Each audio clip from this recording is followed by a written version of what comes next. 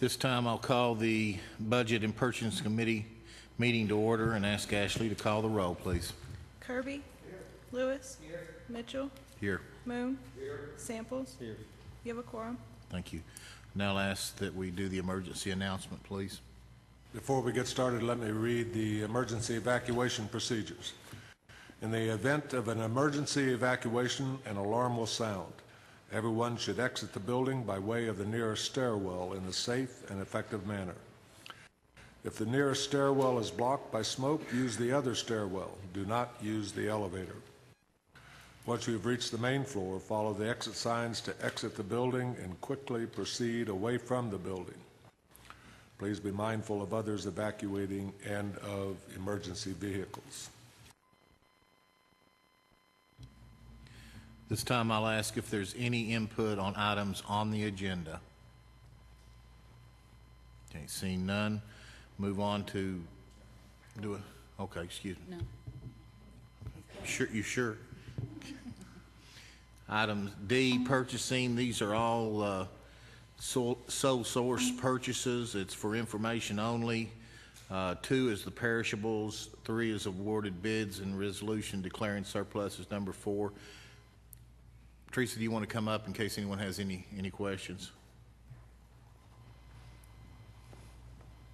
Do y'all want to handle these 4 together, or you want to do them one at a time? I thought the perishables and those were information only. They all are information only, but it. Yes.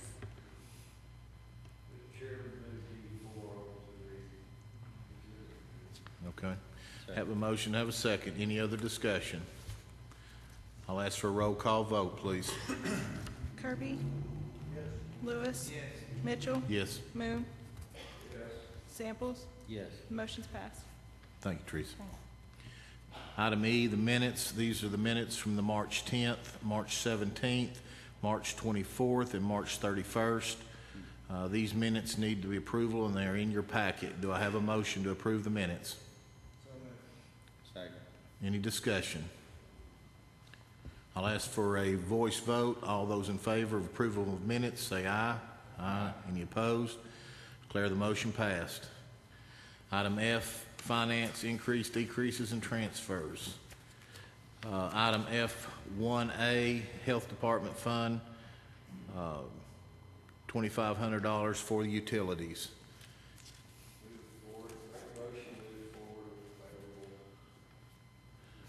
Okay, have a motion. Do I have a second? Okay, any discussion? Mr. Chairman, 101,048,900 is general fund, is that correct? Yes. 2,500.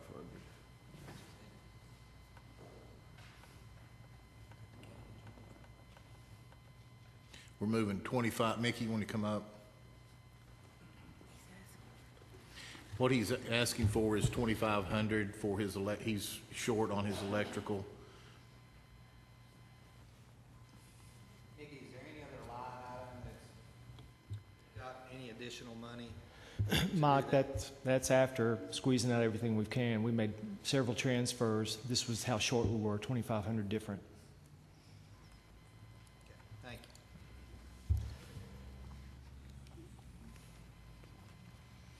Okay. We have a motion and a second. Any other discussion? Any other questions for Mickey? I'll ask for a roll call vote, please. Kirby? Yes. Lewis? Yes. Mitchell? Yes. Moon? Yes. Samples? Yes. Motion's passed. Okay. F1B, Other General Administration, Fund 101, $5,038. $5,038.77. Randy, will you talk on this? This represents the properties that were remained unsold at the most recent tax sale in March, and this would be the amount of money that we would need to spend to pay those in, to buy those properties for the amount of taxes due to us. This is similar to what happened about this time last year when we had some I think it was around $50,000 for 30-some-odd parcels of property that did not sell. And generally, most, if not all of these, will likely be redeemed at some point in the next 1 year. That's the redemption period. Okay, I have a motion. Do I have a second? Have a motion and a second. Any other discussion? I'll ask for a roll call vote, please. Kirby? Yes. Lewis? Yes. Mitchell? Yes. Moon? Yes. Samples? Yes. The motion's passed. Item F1C, Debt Service Fund 151, $79,992,996.08 on a refund there. Randy, will you explain that? That's okay. This is really to record the sources and uses for the refinancing of the 2013 bonds. Those included $180,000 of bond issuance costs, and this also records the bond being paid off and the new debt, or not new debt, the exact amount coming back on. It was recharacterized from loans to bonds. Do I have a motion to pass this on to the...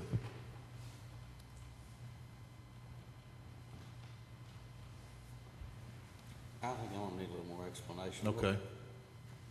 Can someone give us a little bit more light on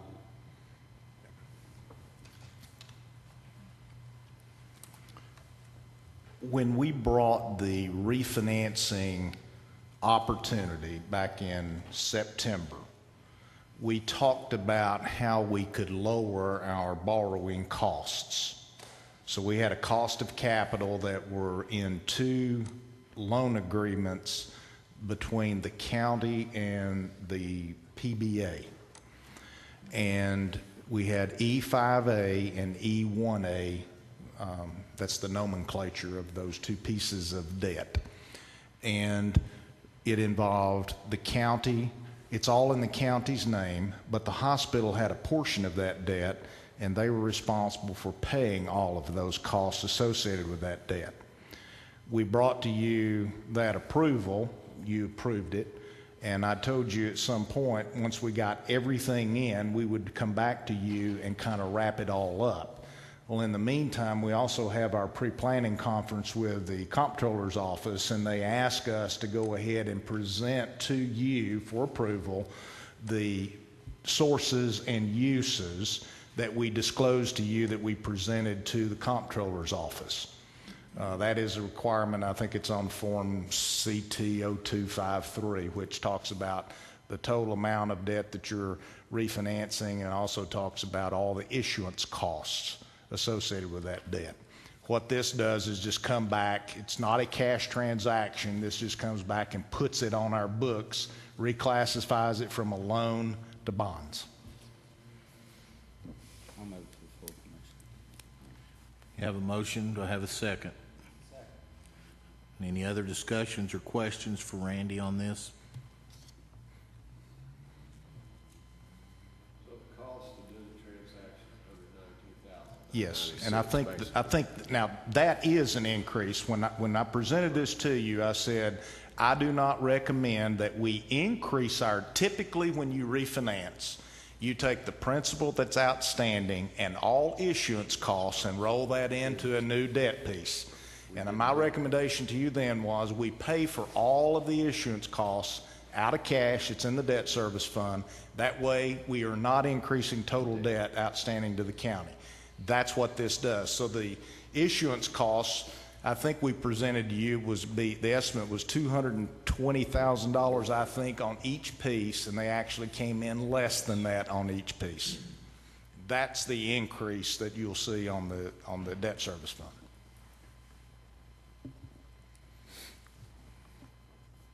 That's coming out of that service fund balance, not general account. That is correct.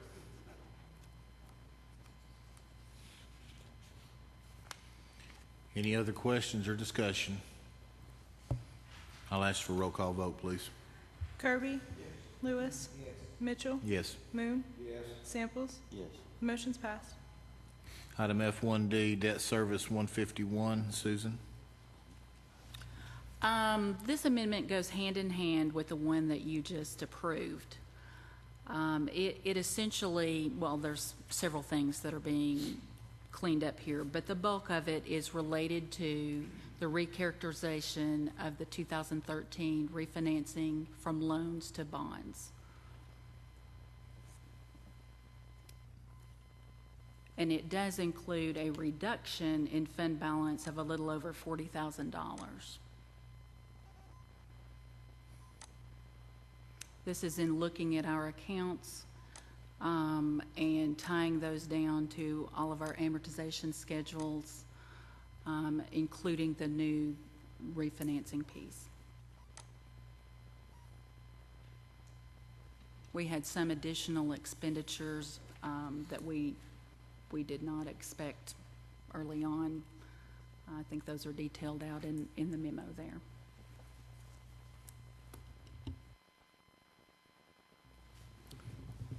So a year ago, there was a planned use of fund balance in the debt service fund. At the end of reconciling all of the leases, the loans, and the debt, every aspect of our debt, we will need $40,000 less use of fund balance than when we adopted the budget a year ago. This is part of our initiative of trying to get everything as current as we can and not wait and get it all done at year-end closing.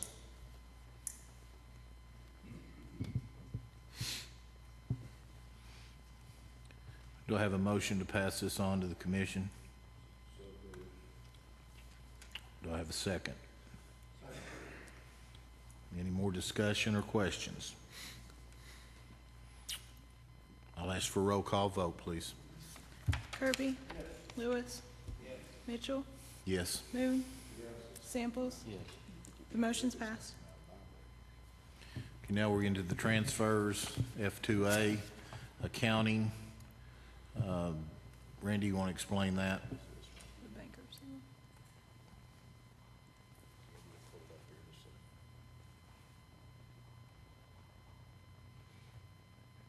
It's the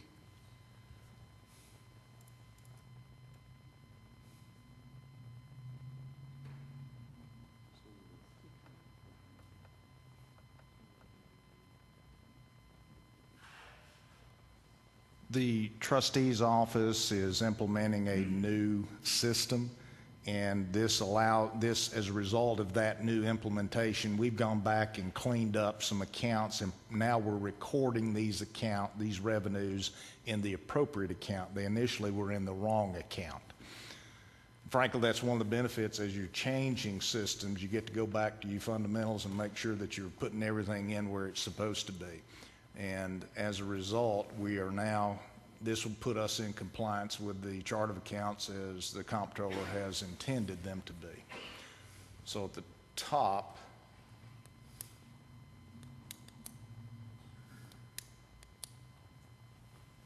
we're putting money into bankruptcy accounts, or those are revenues that are resulting, I assume, from bankruptcy filings. And then it had been, in the bottom, it was previously recorded as current property tax. So all these, 101 is the general county, 141 is general purpose school fund, 151 is debt service, and then 355 and 356 are the funds that account for Maryville and Alcoa. So the distribution of when property tax is paid gets allocated on this basis. And we've had some bankruptcies that have been presented to us, and we had them recorded in property tax. We need to take them out of property tax and put them in this 401250 account. I guess another way of saying this is current property tax collections were overstated. And the bankruptcy account, 401250, was understated.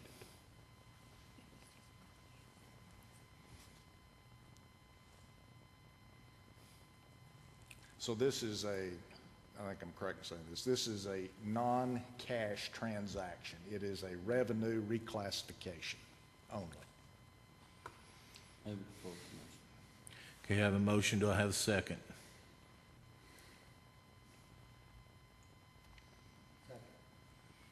Any other discussions or questions? I'll ask for a roll call vote, please. Kirby? Yes. Lewis? Yes. Mitchell? Yes. Moon? Samples? Yes. The motion's passed. F2B, accounting, $340,580 revenue transfer. Randy? All right, as part of our monthly closing process, we've gone back, revisited all of these different revenue accounts that you see listed in these two sections here, and we're proposing adjustments to those to reflect what's actually being collected or what we expect to be collected for the current fiscal year.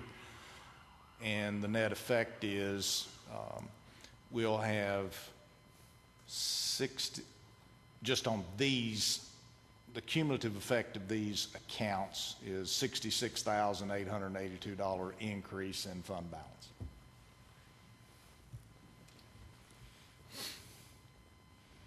Need to have a motion to send this on to the commission. Have a motion. I have a second. Any other discussion or questions? I'm clear. Coming from fund balance, 101,0489,900, $66,882.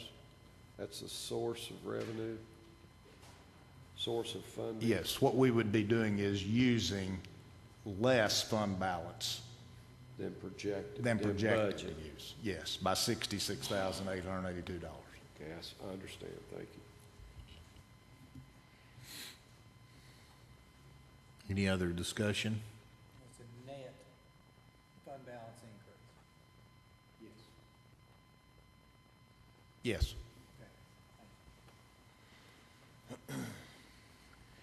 Any other discussion or questions? I'll ask for a roll call vote, please. Kirby? Yes. Lewis? Yes. Mitchell? Yes. Moon? Samples? Yes. The motion's passed. Item F2C, animal control, $7,289.78 for capital purchase. Randy, do you have any, does anyone have any questions on that for Randy? If not, Randy, you want to go ahead and just explain that, what it is? All right, and you're going to hear a little more about this in a minute. This is because the county, by previous actions of commission, has adopted a capitalization policy that any expenditure over $5,000 has to be spent out of a capital account, not an operating account. We need a mower out at the animal center. They put it out for bid. They've come back with a quote, and we're asking now that money be taken out and put into a capital account, 91140. Move it forward. You have a motion. Do I have a second?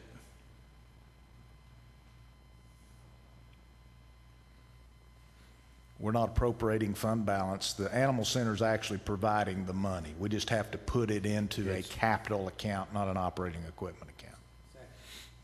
Have a motion and a second. Any other discussion or questions? What was the contracted service? Was it someone mowing or other contract services? Do you have any idea? Veterinarian. Go You're ahead. better versed than I am. The SMACF has now hired a full-time veterinarian to work at the center, and this was the other contracted services that we used to when we were responsible for hiring the veterinarian. Do I have a motion and a second? Ask for a roll call vote, please. Kirby? Yes. Lewis? Yes. Mitchell? Yes. Moon? Yes. Samples? Yes. The motion's passed. Item G, discussion, possible action. Number one is the grant applications. First one is A, is the litter grant.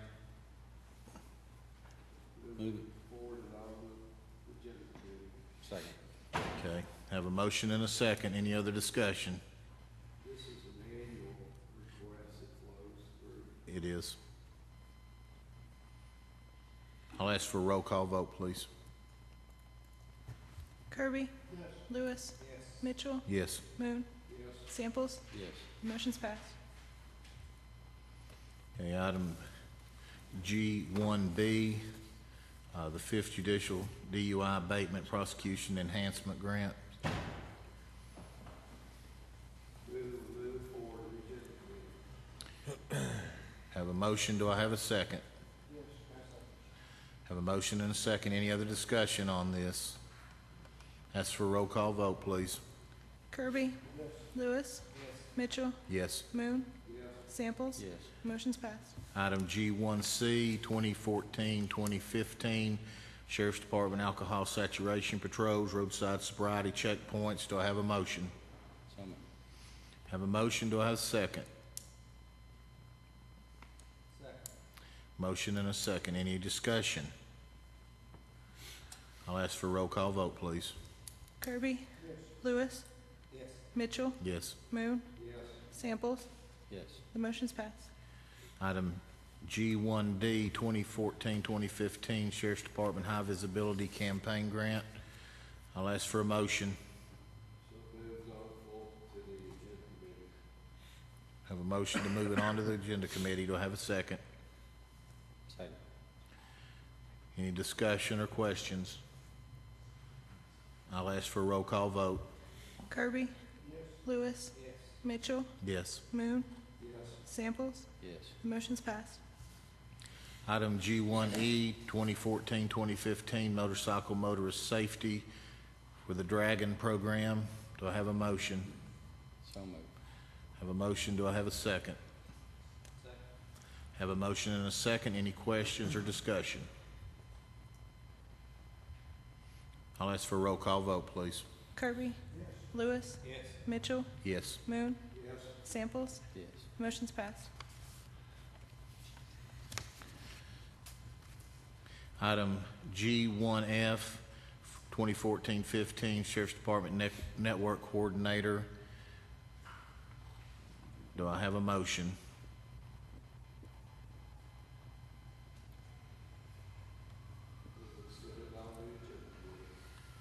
Have a motion. Do I have a second?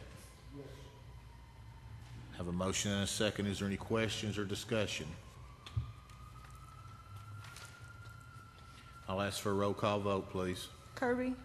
Lewis? Mitchell? Yes. Moon? Samples? Yes. The motion's passed. Okay. We'll now move on to the budget workshop. First item on the workshop will be item 101-53500. Is that correct? Judge Denton?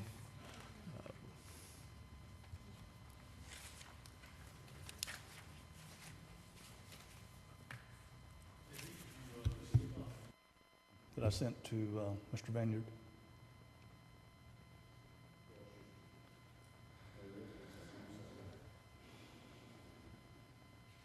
Y'all clicked on your PDF, the Adobe icon, and you can pull up the workshop schedule here.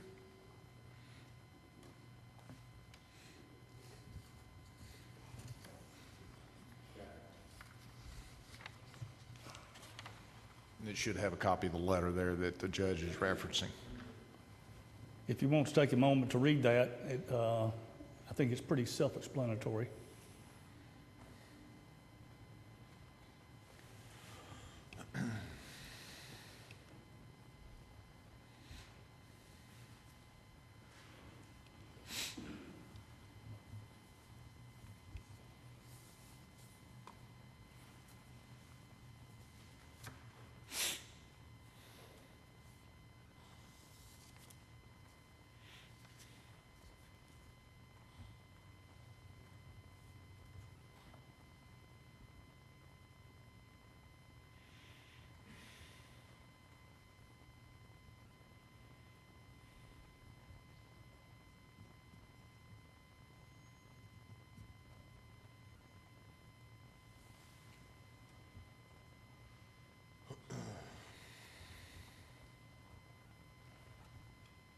Services.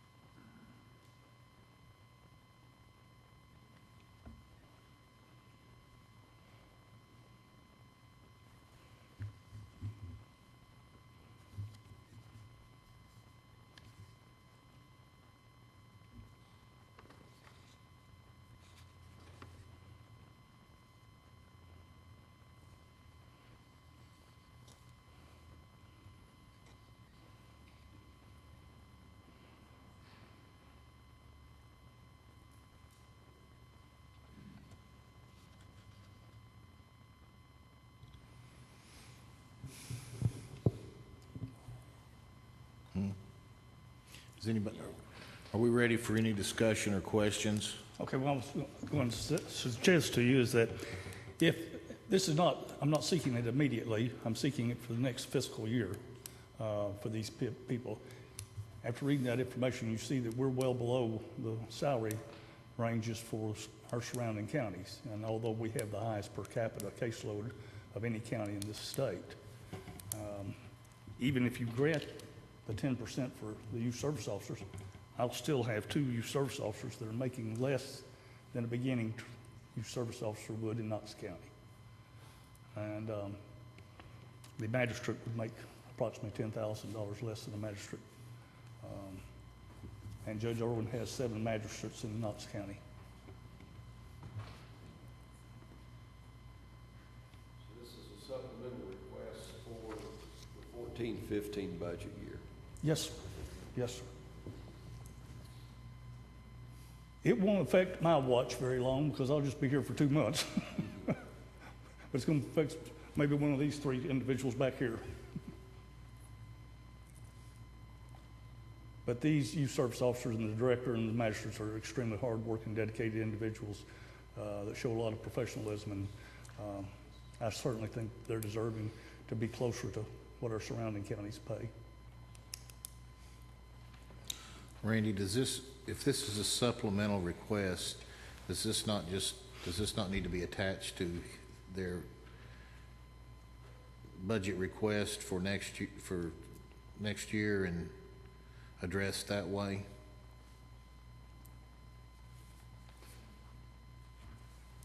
Yes, basically there are 2 components.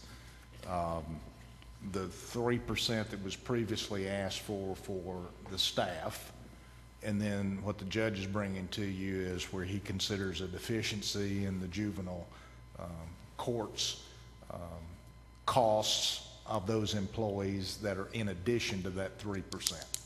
So all of this, the 2 components would be supplemental or additional funding requests for that particular entity, juvenile services.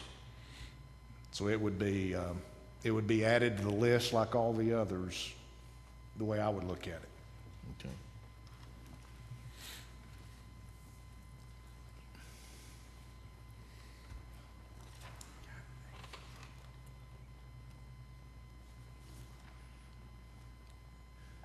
Since this is not an item that we're actually going to vote on tonight, I guess this is an opportunity to ask any questions that you have for the judge.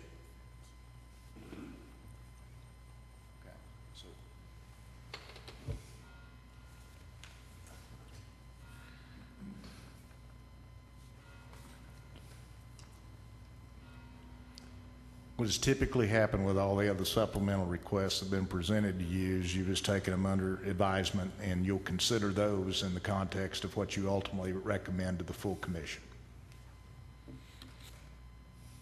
Judge, these are, for example, under number 7, these are salaries only, not salary and any benefit cost associated with it. That's just this That's their the gross, salary. gross pay. Okay, thank you. I'm assuming that has no cost of health care or other benefits included in it. Okay. Approximately how many cases does each one of these 4 carry? Would you have that info? I actually do not know how many cases each one of them carry. They each one carry a fairly decent caseload.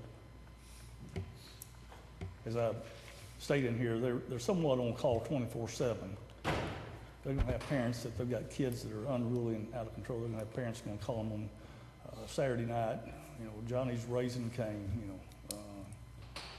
And then the youth service officer is gonna get Johnny on the phone and try to address it telephonically. They are not going to go out to the house. Thank you. Is there any other questions for the judge?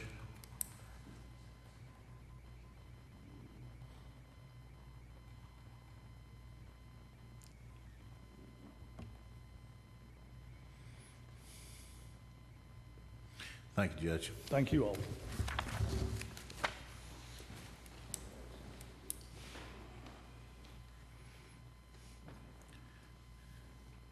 Item 2B, transfers.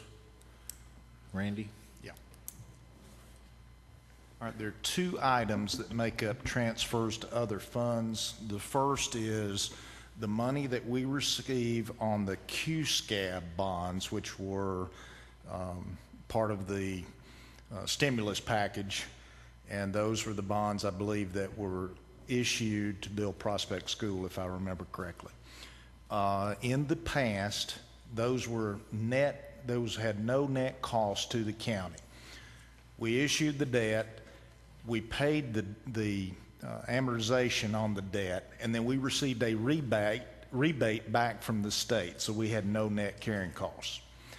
All right, fast forward to today, and that money that was rebated back to us to pay for the mortgage payment, if you will, or the amortization payment, was coming from the state. It had to be recorded in the general fund, and then we would transfer it out of the general fund into the debt service fund. So of that $1,567,839, we are estimating $668,318 to be QSCAB related. That is not the full amount because of sequestration in Washington. They eliminated, I think we had to take almost an 8% haircut. Every county government in Tennessee that is a part of that program receives less money now. So that's one of the budget issues that took place in Washington that has a local government impact here in Blount County. The state has given us that number, and that's what we have programmed for next fiscal year. In addition to that, there is a second transfer, and that is the amount of funding that we provide Blount County Library. And that number is $899,520. So that's what makes up that's the 2 pieces that make up the transfers from the general fund to one, our debt service fund, and then the second is to our library fund.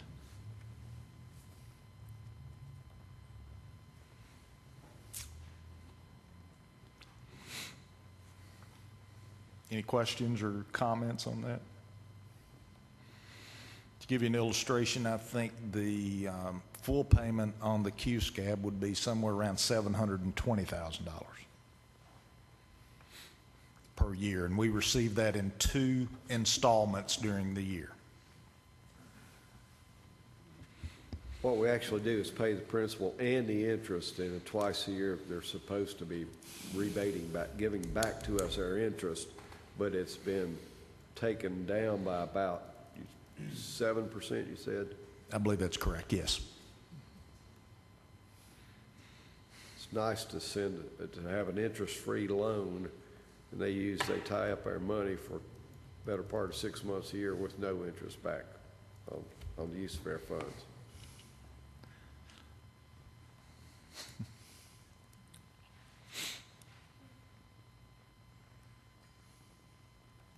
Any other questions on those two transfers?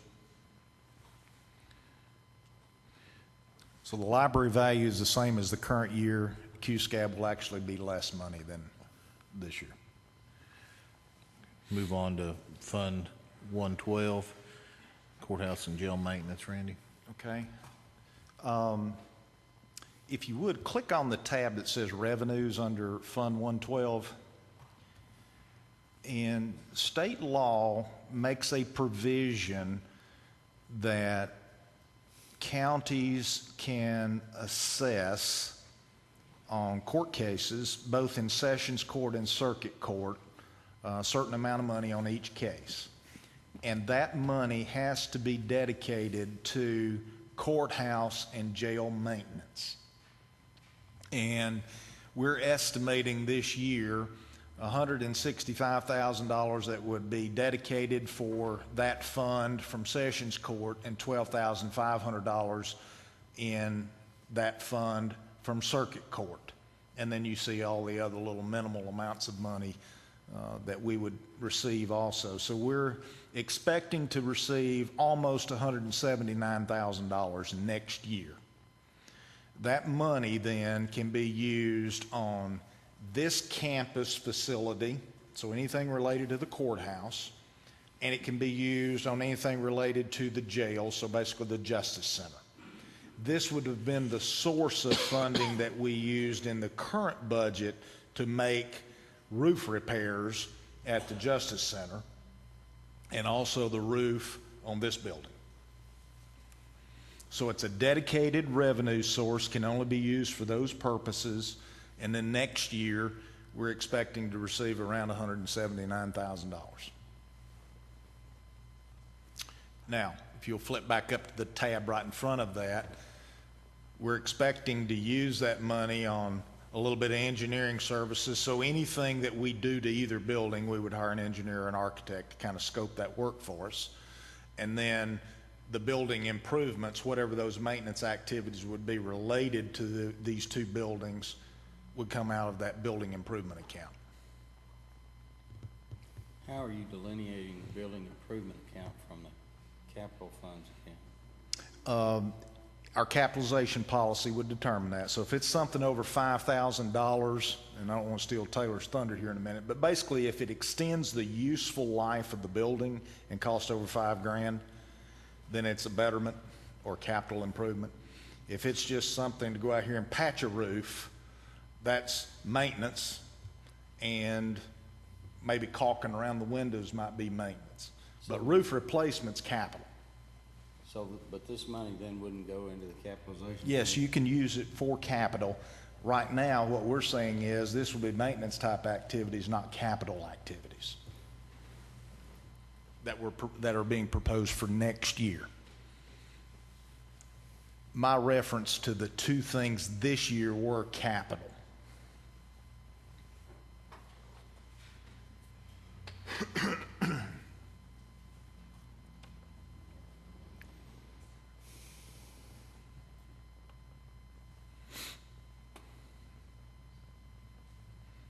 Any other questions or comments on that?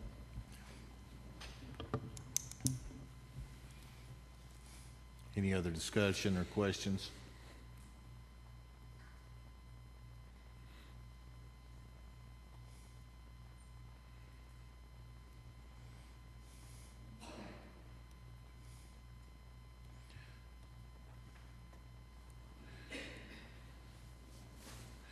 Well, since we've already opened the door on capital, Sure.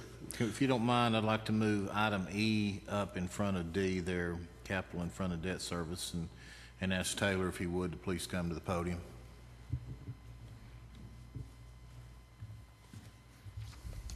I'm Taylor Grimm. I'm a financial analyst in the accounting department.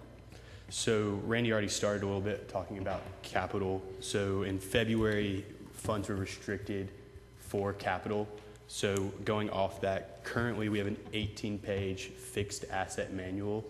And in that, there are 2 bullet points, which you can see on your second page at the very bottom, but I'll read them aloud for the audience, that discuss capital. And it says, to be classified as a fixed asset, the item must have 1, a useful life of more than 1 year, and 2, a historical cost of $5,000 or more. Historical cost includes installation, freight, and all other costs incurred to make the asset operable. If additional expenditures are intended to repair and maintain the original life expectancy, then the expenditures are a maintenance cost. If the expenditures are intended to refurbish and extend the useful life and or change its purpose for an extended useful life, then the expenditures should be capitalized and depreciated over the remaining years in the new expected useful life. So currently we have a pretty bare capital policy, capital plan, and going forward, it'd be useful to have something that, one, collects our county's needs as a whole into improvements that can show a continuous improvement of our assets and a county as a whole, and also will provide something for the rating agencies who rate our bond issuance credibility, which is pretty important for the county. And on page 3, you can see capital needs that have been collected during this budget process from the various departments. And in fiscal year 1, which is 14-15, the improvements in the bolded box are the ones that have already been requested per department's budgets.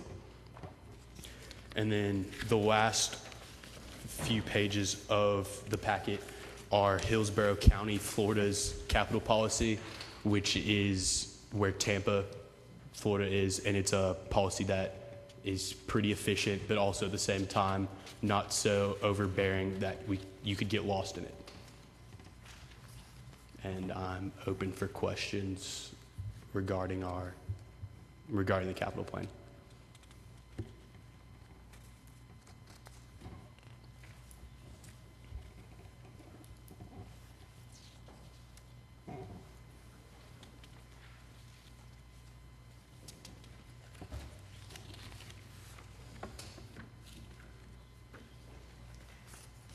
You asking us to approve this policy? I'm not ready. No. We're not asking that. What we're trying to do here is, as the Governmental Accounting Standards Board issues new recommendations that we're required to follow, what was the statement 34 that, Yes. that happened several years ago? What happens sometimes is some governments, it's some innocuous group out here that passes some promulgation or some rule, and then you never hear about it until the auditors complete their work and they say, well, you complied or you didn't comply. So it's after the fact many times when the elected body finds out about it. What we're trying to do is a couple things here. Bring you up to speed on the issues that the county's going to be confronted with and try to tie them together to where they've got practical application. So what I wanted to do is we have a great deal of discussion about debt, and we have practically no discussion about assets or capital investment. That's just the facts. So if we're going to talk about debt, the rating agencies like for governments to have a plan for what you're going to do with that debt. And that plan is generally, we need to build these assets or we need to improve these assets. And what we're bringing to you is, in a nutshell, Taylor's telling you we have a capitalization policy that's 18 pages long. It can be done much simpler than that, and we're using an illustration of Hillsborough County, Florida. And this was some research that he has done along with assistance from our financial advisors, PFM. And we're telling you we think we can simplify this a little bit, and what we basically want you to do is say, we think you're traveling the wrong path, so go in another direction, or we're fine with you trying to simplify our fixed asset policy, and that's the path we're going to pursue. And we're also going to talk here in just a second about tying our capital investments into our debt a little bit. And we're going to try to get some facts on the table here in just a minute. So unless you have heard something that makes no sense to you, we would like to pursue the path of simplifying our capitalization policy. And this is one way to do it. We're not going to limit it to Hillsborough County, but it's one that makes a little bit of sense to us and makes more sense than what we currently have. We're trying to eliminate some of the bureaucracy around here. And if you want to read the fixed asset manual, it's on the website and all 18 pages of glory. The other thing that he's presented to you, when I sat down with all the elected officials and all the departments, I asked them to start making us aware of capital needs that they have. And many folks were diligent in trying to look at a 3-year window of what they could foresee the needs being for the county over the next 3 years. It's not an exhaustive list, nor is it an all-encompassing list. And our first approach is to make you aware that at least on a 3-year basis, starting in fiscal 15, we're aware of at least $1,263,000 worth of capital needs, of which, based on the budgets that have been presented to you, we could fund $1,145,000 of that list out of the operating budget. In fiscal 16, we're aware of $268,000 worth of needs, and in fiscal 17, the same amount of money. It's a start. It is not an end all, but it's a start. And we would then take this out and start looking at it in a 5-year window as well. But the county, in my opinion, needs to have some semblance of a plan on what our needs are in the future. Before they sneak up on us. I think anything you can do to lessen bureaucracy and take it from 18 pages down to anything less is good. Well, that's what we're trying to do. And we're not asking you to approve this capital list.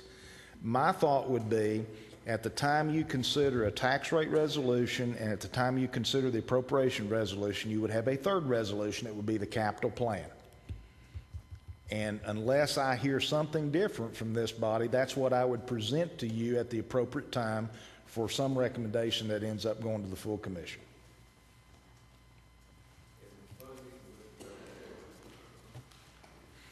Well, in this case, we already have, many of these are carryover type items. It's annual appropriations, and there's $1,145,000. So we do some planning. We just don't give ourselves credit for doing it because we don't put it in a capital form. But the form we use now is we restrict fund balance. It's all operations right now. Taylor's earlier comment was, we previously came to you in February and asked you to designate a portion of our reserves for future use of capital. And at that time, we would come back with recommendations, or this body would make a recommendation to the full commission. We're not asking you to do that now. We're trying to get you a plan to where you'll have information to do that at some point in the future.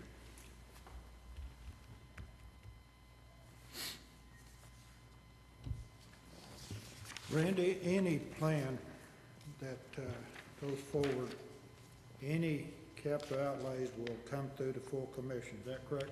It'll come through this body first as a recommendation to the full commission. That's correct. Right now, we have gotten this type of money in different budgets in the different departments. We have got money already there in their budgets that will be taken out and put into capital, right? That would be, yes. And that amount of money now would be how much? Well, based on what's been presented to you for next year, we've got a list of $1,263,000 worth of capital needs that have been shared with us, and you've got budgets that have been presented to you that have about $1,145,000 worth of funding. Thank you. Randy, all things being equal in a revenue neutral situation, this would, what it amounts to is that departments would end up taking money from different line items to capital in a revenue neutral situation. That could happen, yes. Thank you.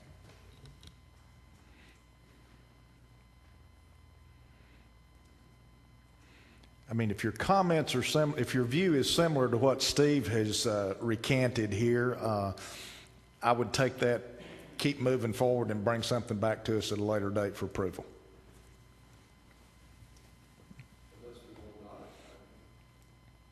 I'm sorry?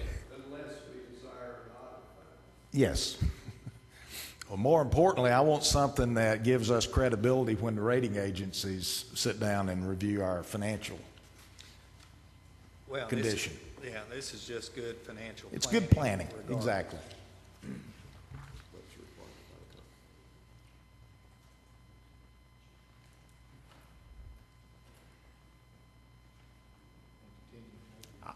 If y'all have any questions for me, if not, then.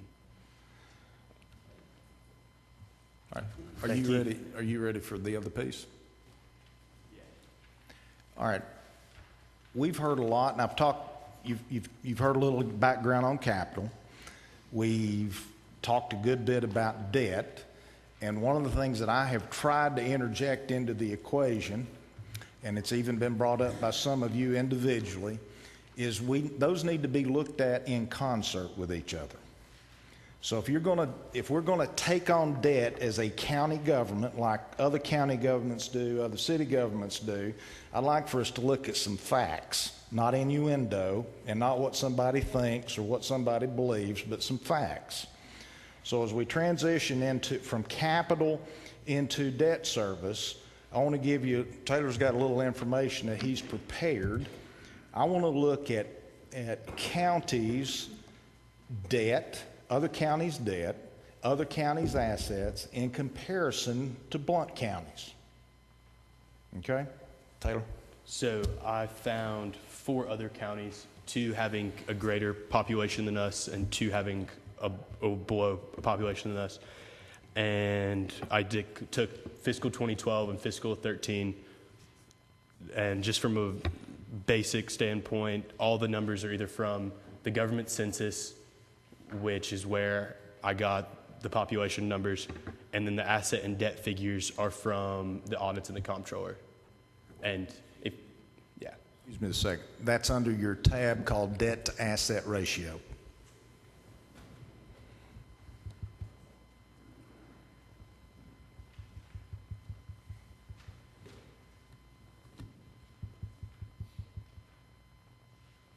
so, yeah, again, the population figures are from the government census, and the asset and debt figures are from the comptroller's office per the audits that are submitted to them. So I'll start with 2012. Blount County was in the middle when it comes to debt to asset ratio, and the debt to asset ratio shows how many dollars of debt fund $1 of asset. So for Blount County, we were at $1.84 of debt per dollar of asset that we had, which is in the middle. And also, it's not in the middle based off population. You have Wilson County, who has fewer people, but a higher debt to asset ratio. And the same goes for 2013. You have similar findings where Wilson, who has less population, has a greater debt to asset ratio. And also you have Washington, who has a small amount more than us, who has a higher debt to asset ratio. And I can take any questions on the numbers.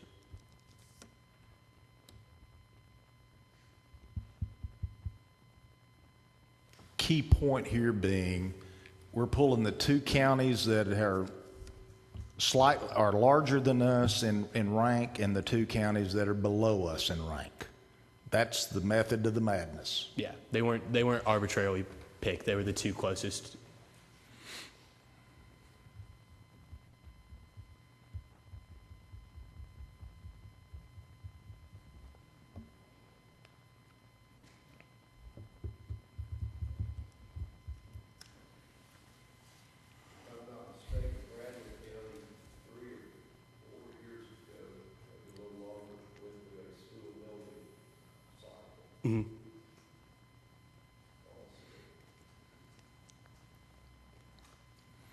Well, the other caution I would throw out, we're looking at 2 years. It just happens to be the most 2 current years that have been reported to the comptroller's office. It is the 2 most current years of census estimates for the counties. It's not our estimates, it's what's being reported to those 2 agencies. All we're doing is just saying, if we're going to do comparisons, here's something that we believe to be a reasonable gauge at what we look at. It is also just a snapshot. It does not consider what's on the plans for any other county to issue more debt. It makes no judgment on how they are depreciating the value of those assets or anything else. It's just 2 snapshots, one at 2012, one at 2013.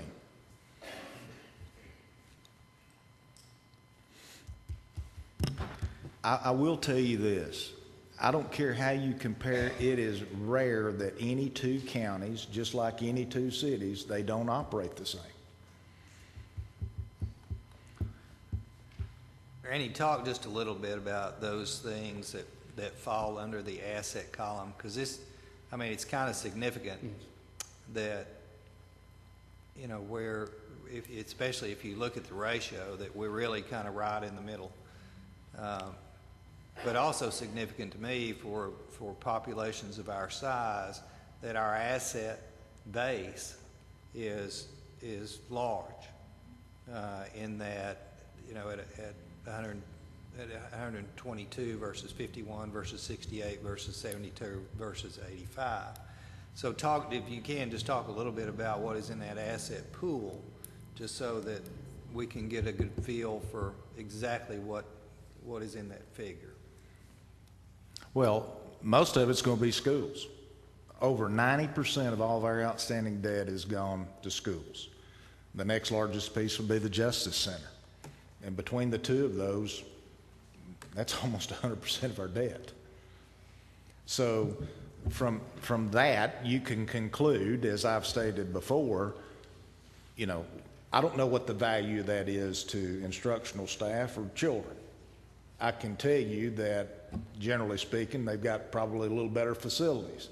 But somebody down the line, another county down the line, is going to issue debt, build new schools or build new something, and then all of a sudden, they'll have something newer than what we have. It doesn't mean it's necessarily better, but the quality of facilities that I have seen that Blount County has, I think is something for all of our residents to be proud of. Which is my point, that it's kind of reflected in the asset figure. Absolutely. That just because you have more debt, it's not all that you have to look at. You got to look at what it is that we purchase with that debt. Absolutely. And it's also emphasizing the need to have a capital plan, because each of those assets start aging. And as those assets age, you have to look at HVAC units, you have to look at roofs, things of that nature. And that the only way those assets appreciate is by doing those kinds of things. That's correct. Thank you. I thought it was interesting, of the 5 counties, that Blount and Washington was the only one that was reducing their debt instead of increasing it. And Wilson County has 259 million and only 70 million in assets. Well, I don't know this, but I would assume that they probably issued some debt that ended up having to be recorded as of June 30, and they probably not started their construction cycle yet on the assets they were going to build with that debt, which is where you have to be careful when you're doing comparisons. So I would assume that at some point when you look at the audits at the end of this fiscal year, I would assume their asset base would probably increase. I don't know that, but I would assume that. Any other questions for Taylor on this? No, but good job putting this together, because it's really pertinent information. Thank you. And just to clarify, if you want to go look at the information, in the audit, you'll see the asset numbers under capital assets. And for accounting purposes, that's anything greater than a year, has a useful life of longer than a year. And then for debt, you'll see it as long-term liabilities, which is also greater than a year. So in case you want to go look it up. I don't know if it comes up in your PDF as an active link, but if not, you could just copy and paste it and do that way.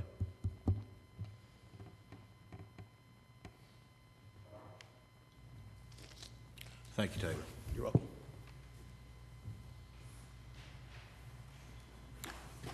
Now we're going to Fund 151, Debt Service. Susan. Okay, I'll direct your attention to the debt summary tab to begin with. And that's really just an expansion of Exhibit K1 directly out of the audit, so that the numbers up through June 30 of 13 are audited figures. And you can see that at June 30 of 12, we had $220.5 million in debt, total debt. We are estimating up through the end of the budget year that you are currently reviewing, and given the current debt structure, including the amounts that we refinanced this past year, we're estimating to be down to $199.1 million.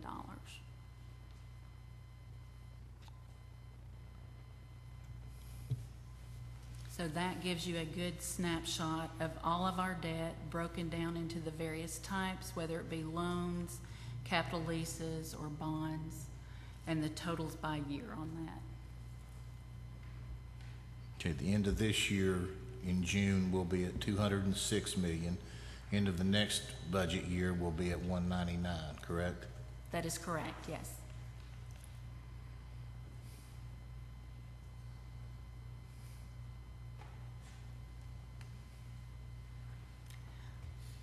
What was it at the end of 12? At the end of 12, it was $220.5 million. The end of 13, it was $213 million. We're cutting it down by about $7 million in principal a year. That's principal. Mm-hmm.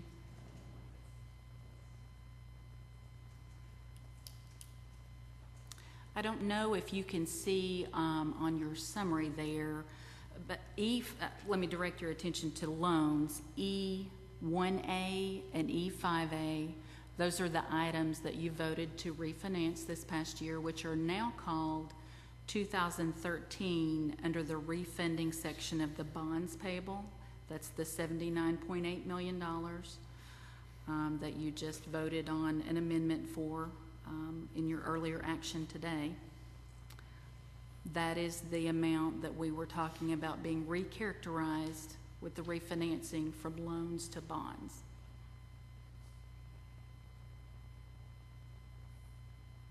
Along with that, and I think Taylor's maybe going to show us this spreadsheet, but just to kind of segue into how we have to budget for the new year, our financial advisor has provided an interactive spreadsheet, which I think he's got up for you here. And it's based on 3 different scenarios, and they range from more conservative to more risky. As far as what we've put in the budget for the new year, we have taken the middle of the road scenario. But Taylor, I think maybe is going to tell you a little bit more about those. He could show you the scenarios on there. Okay, so right now we have a 2, which is the middle of the way scenario, which is based off a 3-year average of the variable rates. And you can see from the bottom part where it says CMS LIBOR variable rate, those are the interest rates that are calculated when using that conservative rate. And for reference, CMS is an interest rate associated with swaps, which is what our refinancing is focused on. LIBOR is a pretty standard interest rate, which you see a lot when you take out a mortgage. It's a basis that the bank goes off of. So, and if I put in a 1, let's see if I can. Oh, no. And calculate my interest rate. Did that change it? Oh, no, it's not working. Let's see. Is John coming? Yes. That's what happened.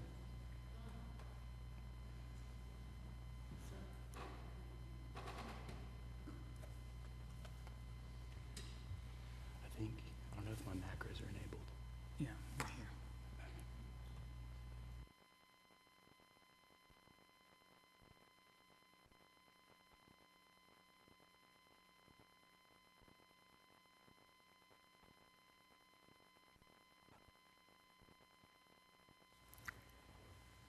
While they're getting that back up, traditionally, if we had fixed rate debt, there's no moving parts whatsoever. It's a mortgage principal and mortgage interest.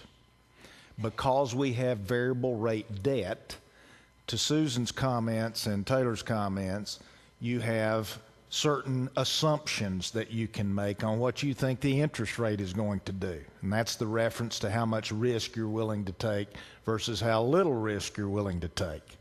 We've chosen a middle-of-the-road approach out of the 3 scenarios that have been provided us by our financial advisor. We have data on the history of what interest rates have done going back to, I forget what year, 93. Yeah, 93. And the CMS is constant maturity swap rate. That's the index, as Taylor said, that all of our debt is based on right now.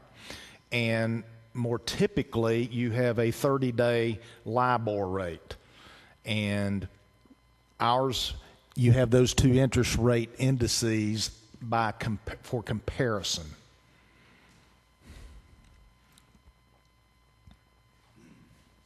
Got it up? Okay. So, in scenario 1, which is the most conservative rate based off historical averages since 93, which is inherently more conservative because it goes over a longer period of time, takes into more market fluctuations into account. And with that, we have a conservative rate of 5.6227%.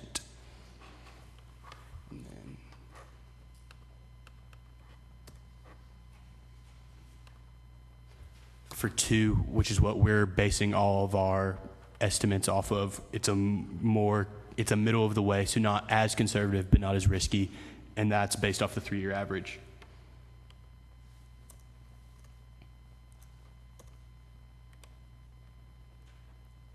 And then finally, we have a more aggressive risk, which would be based off the variable current market rates, which would be more risky because there's no historical fluctuations taken into account. You're doing the present day risk, and that gives us a much lower interest rate.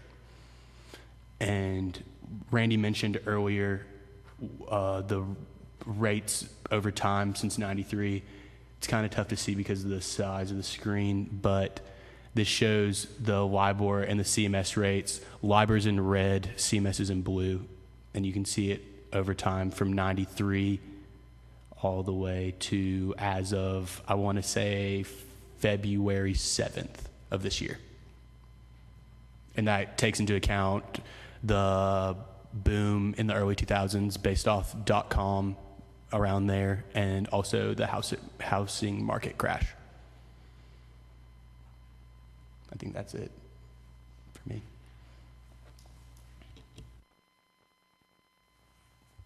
Before you saw this, what we would typically do is, for variable rate financing, you would assume a 5% rate for budget purposes. In good faith to you, we refinanced, and the public, we refinanced and we said we're lowering our borrowing costs. And I think it's only reasonable that we assume some rate less than what we traditionally would have done at 5%. And that's why I'm comfortable with this middle-of-the-road scenario. Given what the Fed is discussing at the public policy level, I think for the fiscal 15 budget, I think that's a reasonable rate to assume of some, what was it, 3.6%. And the budget that Susan's got now that she'll walk you through is predicated on that assumption. If you believe that that assumption is too, if you're not comfortable with that assumption, then we can move to a different assumption, which would be scenario 1, a much more conservative, and it is actually more conservative than what we would have done a year ago.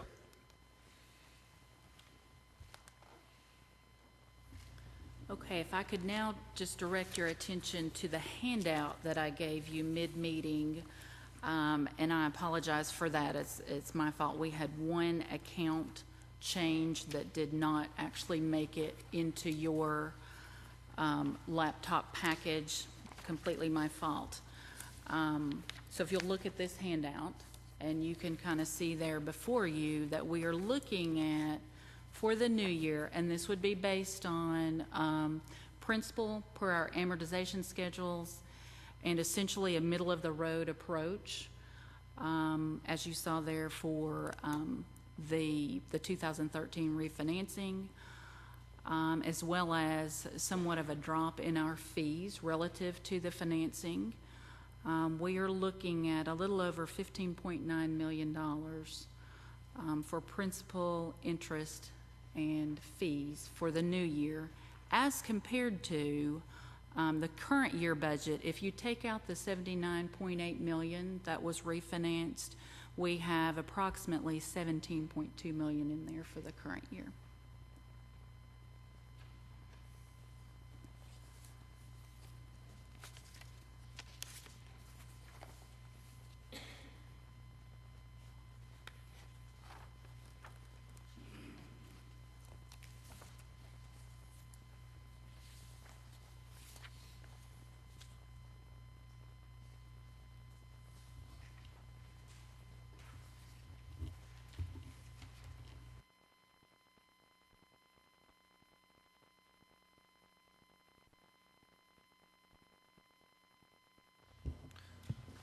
Talk just a minute about the 3 different general government figures.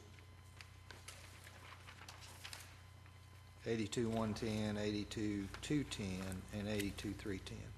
Okay.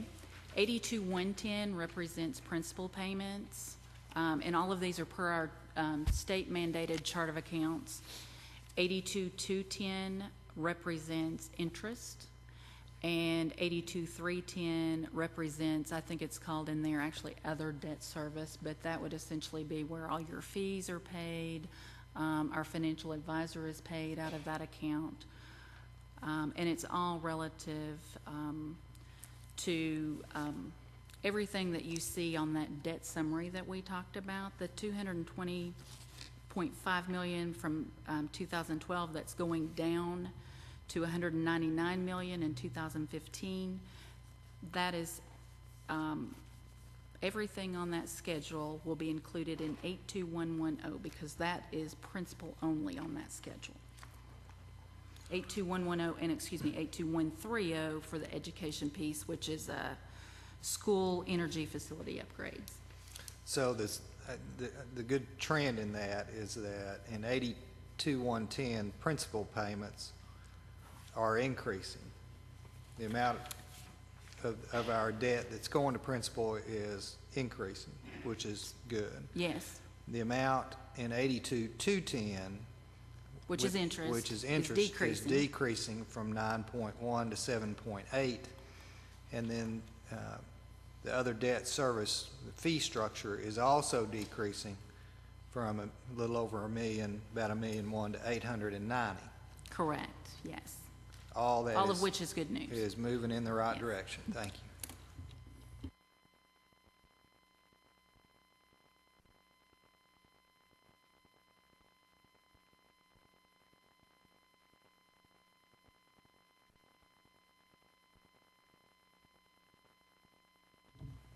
Anything else, Susan? Taylor, do you have No. anything else? Okay. Okay, you have item H, the finance reports. They're for information only. We have, moving now to input on items not on the agenda. Kathy, do you want to come up on that?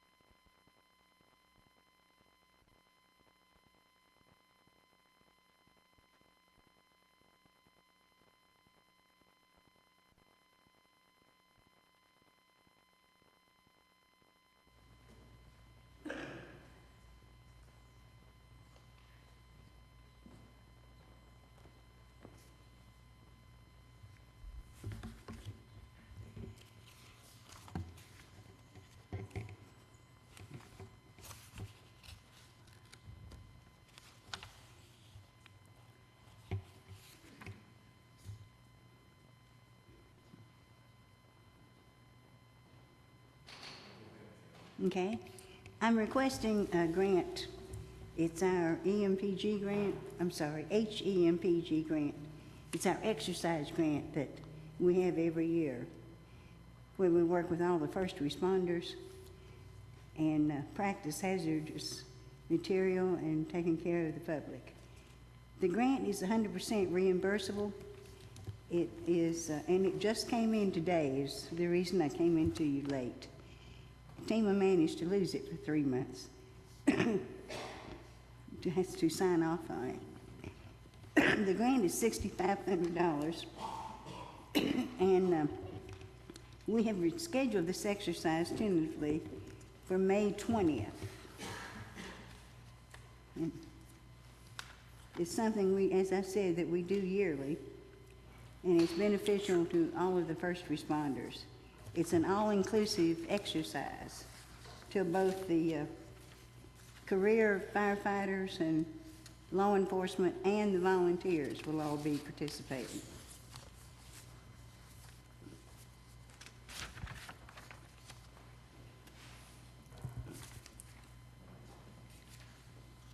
Go ahead.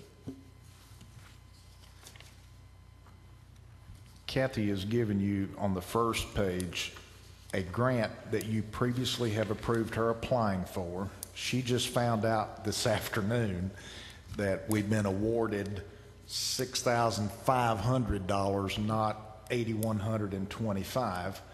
So because of her timing constraints of when she just found out about it and what she's got scheduled to do, she needs this body, if you're inclined to approve a budget amendment for $6,500 so that she can proceed with all the training exercises. Is that a fair statement? That is correct. Thank you, Randy. Okay, that answers my question. The difference between the two numbers, the 8125 that she asked for and the 65 that she's receiving, she's getting the 6,500 here, and the difference she's actually paying for out of another grant. That is correct. So there's no additional cash that the county has to match or anything. It's no additional cost to the county. But what the county does have to do is approve the budget amendment so she can spend the money she's been awarded, which is consistent with the policy that we've asked you. Just to refresh you, we ask you to approve the application of the grants, and then if they are awarded, we come back to you and ask you to appropriate the money. That's where we're at on this one. And she just found out, or I would have notified you earlier and got it on the agenda. And we're allowed to use the other grant money to supplement this? Does the other grant money allow us to use it for Yes, it supplementation? does. It's part of my operating expenses. Okay, thank you. I think first of all, we need to move to accept this on the agenda. I think that'd be wise. Yeah. I move to accept this part of today's agenda. All those in favor say aye. Aye. Any opposed? Okay. Does this need to be voted on to be sent to the Yes. commission? Okay, is there any other questions? Yeah, we're gonna use 2 grants to satisfy 1 grant, and the money that will be left over from number 2 grant, is that gonna cut you short where that other grant? No, what we're doing is, the grant that I have brought to you to be approved is the 6,500. That is 100% right there. The remainder is 1,625. That is in my account from another grant that was put there for operating expenses. So no, it will not make anything short. I won't have to come back to the county and ask for money. Okay, thank you. Mm-hmm. Kathy, this is a countywide exercise that actually TEMA requires us to do, is it not? Department of Military and TEMA, yes. Right. One of the few funded mandates that they've put to us. Yeah. Alrighty. I guess we need to go ahead and vote to send this on. Have a roll call vote. Oh, do we have a motion? Move. Have a second. Motion second. Any other discussion? Do a roll call vote. Kirby? Yes. Lewis? Mitchell? Yes. Moon? Yes. Samples? Yes. Motion's passed. Thank you. Thank you, and I'll send you the invitation so you can attend and observe. Thank you, So Kathy. next year, you'll know what I'm talking about. All righty. Thank you, Kathy. Not on the agenda. Seeing none, I'll hear a motion to adjourn.